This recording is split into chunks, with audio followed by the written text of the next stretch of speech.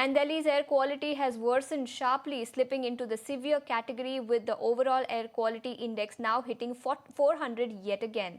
A thick layer of haze continued to hang over the city as low wind speeds and falling temperatures trapped pollutants near the surface.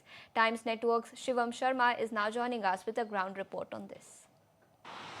The air quality of the national capital and the region around it seems to be worsening each and every day now drastically.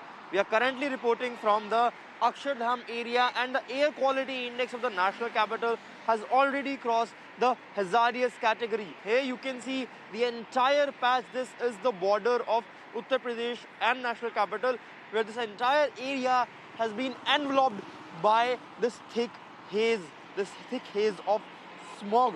Yesterday also the CAQM issued advisory to the schools and other institutions to stop the sporting activities, as according to various medical experts, this is the time where your lungs are the most vulnerable in this environment. They are exposed to the hazardous pollutant particles which can worsen the health situation if toxic airs goes inside your body, and other lungs, other parts of the bodies can also be affected.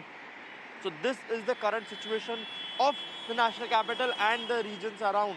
Ghaziabad, Noida already reporting in severe category, while Delhi now inching towards hazardous category, and according to the CPCB data, it is expected to worsen further in the upcoming days, and the temperature will go down. So now how the government is trying to tackle the situation, how the authorities are trying to tackle the situation, is something that they need to respond to. Shivam, thanks so much for joining us with all those details. So Delhi pollution continues to remain a problem.